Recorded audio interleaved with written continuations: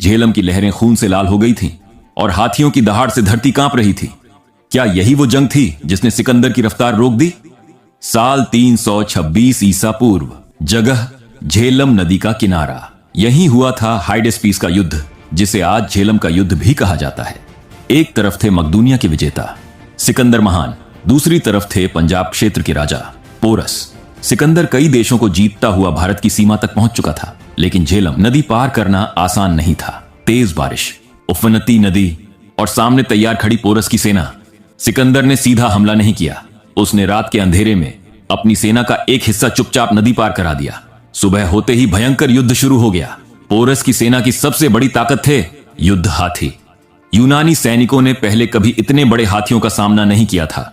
हाथियों ने शुरू में दुश्मन की पंक्तियों में अफरा तफरी मचा दी, लेकिन सिकंदर की सेना बहुत सख्त ट्रेनिंग वाली और अनुशासित थी। उन्होंने धीरे धीरे हाथियों को चारों तरफ से घेर कर हमला किया। युद्ध लंबा चला और बहुत कठिन था। आखिरकार पोरस घायल हो गए और पकड़ लिए गए।